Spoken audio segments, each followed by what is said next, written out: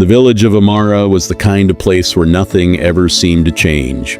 It sat quietly between two hills, surrounded by tall trees whose roots had been drinking from the same river for hundreds of years. The mud houses were old but strong, their walls painted with red clay that the women renewed every dry season. Children played in the dust from morning until their mothers called them home, and the men gathered under the great Iroko tree every evening to drink palm wine and talk about things that never really mattered. Life in Amara moved slowly, like a river with no hurry to reach the sea, and the people there liked it that way. They knew their neighbors, they knew their enemies. They thought they knew everything worth knowing about everyone who lived within those hills. But there are things that villages do not know. There are secrets that walk among people in plain sight, dressed in ordinary clothes, carrying ordinary baskets, speaking ordinary words. The people of Amara had lived beside one of those secrets for 30 years without ever once suspecting a thing. She sat at the eastern corner of the market every morning, an old woman with a curved back and slow hands and eyes that had seen too many seasons to count. Her name was Mama Neka, and she sold herbs. That was all anyone thought she was, an old herb seller. She had been there so long that the younger traders could not remember a market day without her.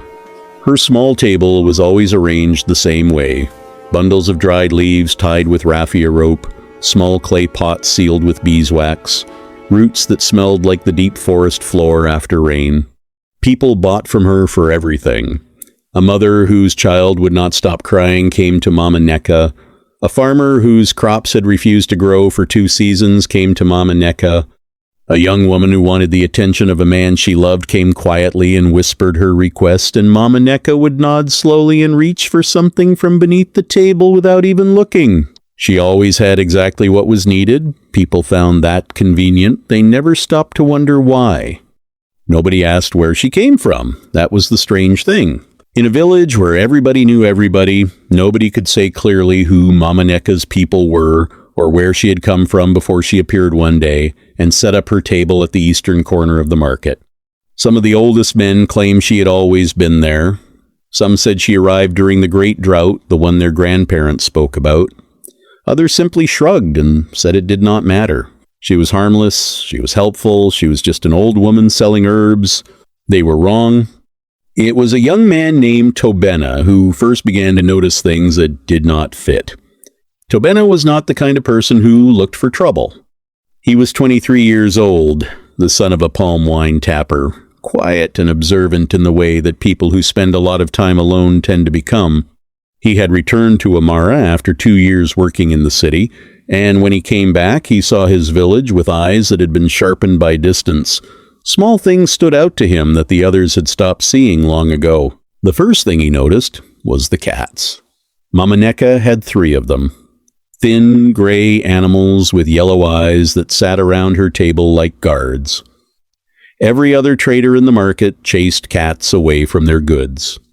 Mama Neka's cat sat completely still, watching, never blinking, never moving unless she moved. Tobena watched them one morning from across the market and felt a coldness at the back of his neck that he could not explain. The second thing was the palm wine seller, old DK, who made a joke about Mama Neka one afternoon under the Iroko tree. He said she had been selling the same dried leaves since before his father was born, which made the other men laugh. But then DK stopped laughing. He pressed his hand against his chest and said he felt something tight.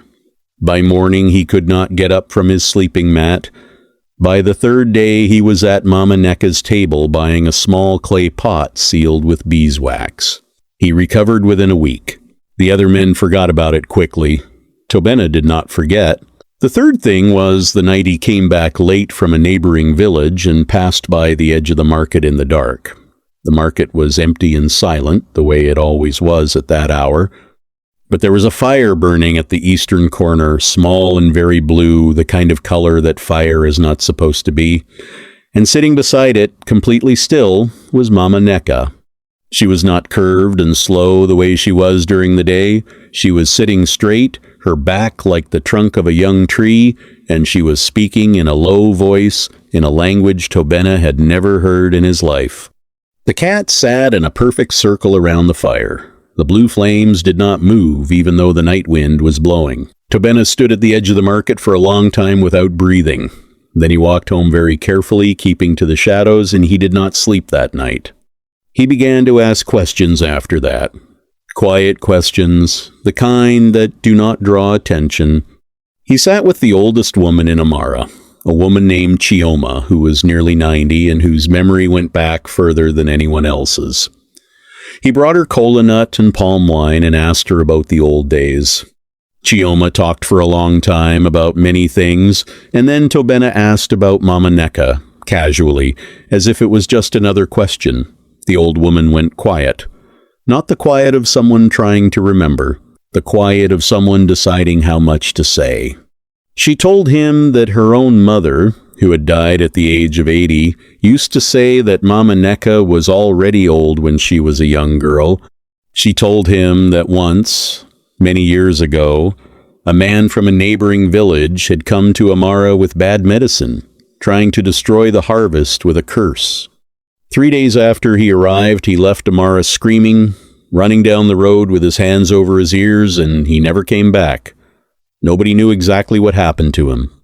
But the night it happened, Chioma's mother had seen Mama Neka standing at the edge of the village with her arms raised and her face turned toward the sky. The old woman had never spoken about it to anyone. She said some things were better left in the place where they happened.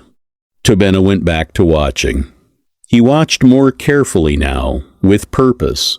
He noticed that the plants Mama Neka sold were sometimes things that did not grow anywhere near Amara, things that belonged to forests 3 days' walk away or more. He noticed that she never ate in the market, never drank water, never seemed tired, even on the hottest afternoons when the other traders were fanning themselves and complaining. He noticed that the chief of Amara, a proud man who spoke to no one without first reminding them of his title, greeted Mama Neka with a kind of quiet respect that he showed to nobody else. Not the respect of a man greeting an elder, the respect of a man who knows his limits.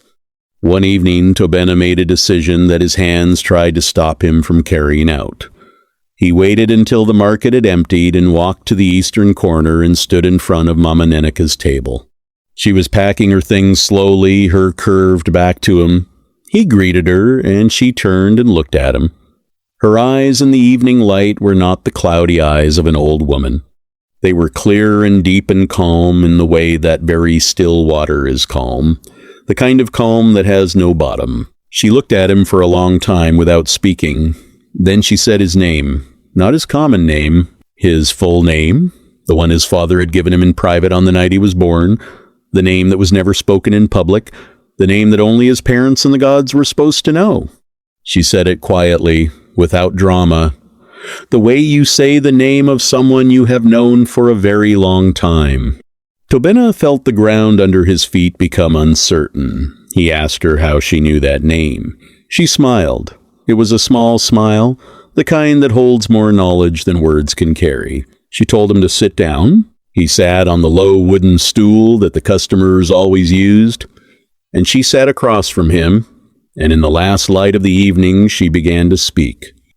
She told him that Amara had not always been a safe place.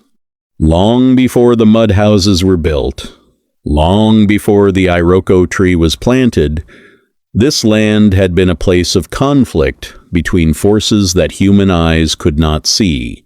There were things living in the hills and things living in the river and things that moved between them, and they had their own agreements and their own wars, and the people who eventually settled on this land had done so without knowing what they were walking into. Many villages had been destroyed by these forces over the centuries. Amara had survived because it had a guardian. She let that word settle in the air between them.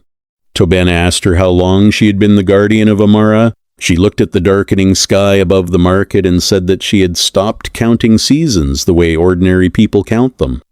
She said time felt different when you had made the kind of agreement she had made. He asked her what agreement. She shook her head. Some things she would not tell him, not because she did not trust him, but because there are burdens that should not be shared until they must be.